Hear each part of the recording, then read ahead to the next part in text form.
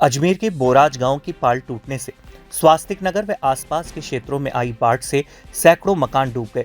हजारों लोग प्रभावित हुए और हर परिवार को लाखों रुपए का नुकसान झेलना पड़ा। इस घटना ने अजमेर स्मार्ट सिटी के खोखले दावों की पोल खोल दी। जिलाध्यक्ष युवा कांग्रेस मोहित मल्होत्रा ने कहा कि यह प्राकृतिक आपदा नहीं बल्कि प्रशासन की घोर लापरवाही का नतीजा है।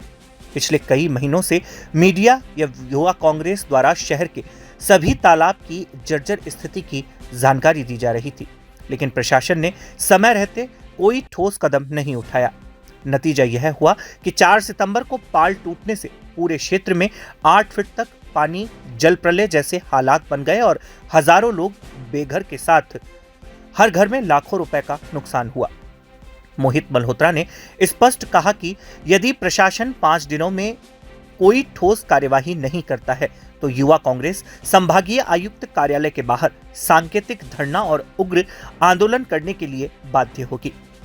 आज सौंपे गए ज्ञापन के बाद मल्होत्रा ने कहा कि अजमेर स्मार्ट सिटी के नाम पर करोड़ों रुपए का भ्रष्टाचार किया गया है।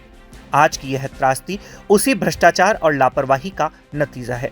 युवा कांग्रेस चुप नहीं बैठेगी जब तक हर पीड़ित परिवार को उसका हक और न्याय नहीं मिलेगा। यूथ कांग्रेस ने पिछली 4 सितंबर को जो बोराज के अंदर जो पाल टूटी गई, जो वहाँ पे जल प्रलय आया, जो वहाँ के जो लोग थे, स्वास्तिक नगर के अंदर जो त्रासदी हुई, उसी त्रासदी के बीच में जो प्रशासन वहाँ पे जो मदद कर रहा है, उन मदद के बीच के अंदर ही वहाँ पर जिस तरीके से प्रशासन जो भी सुविधा दे रहा है वहाँ पे यहाँ के लोगों को और जो मुआवजा दिलवाने की जो बात कही गई है, उस पर आज यूथ कांग्रेस ने यहाँ पर संभागीय आयुक्त महोदय को हमने ज्ञापन सौंपा है। हमारी ये मांग है, वहाँ के लोगों की जो पीड़ा है, जो लोग वहाँ बोल नहीं पा रहे, उस पीड़ा की हमने आवाज उठाते हुए आज आयुक्त साहब को हमने ज्ञापन सौंपा।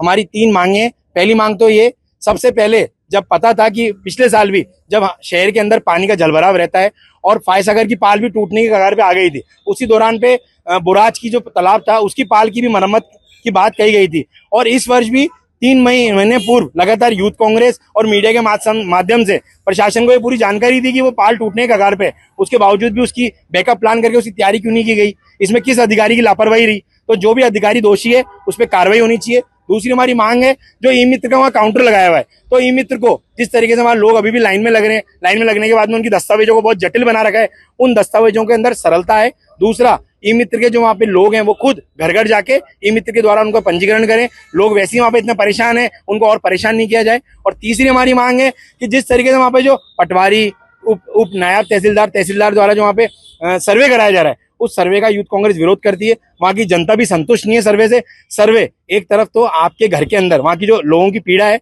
वो लोगों की पीड़ा ये है कि उनके बिजली के उपकरण खराब हो गए, उनकी गाड़ी घोड़े खराब हो गए और एक मुख्य उनका मकान पूरा क्षतिग्रस्त हो गया।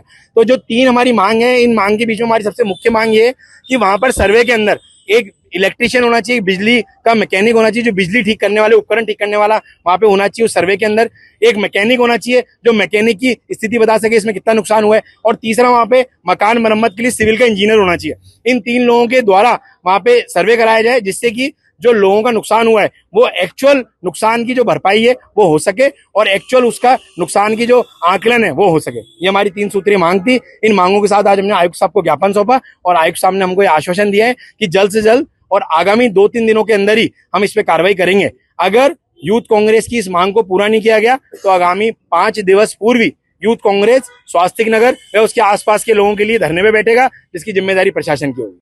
आज संभागीय आयुक्त साहब से मिले हैं आकर के युवक कांग्रेस के कार्यकर्ता, कांग्रेसजन।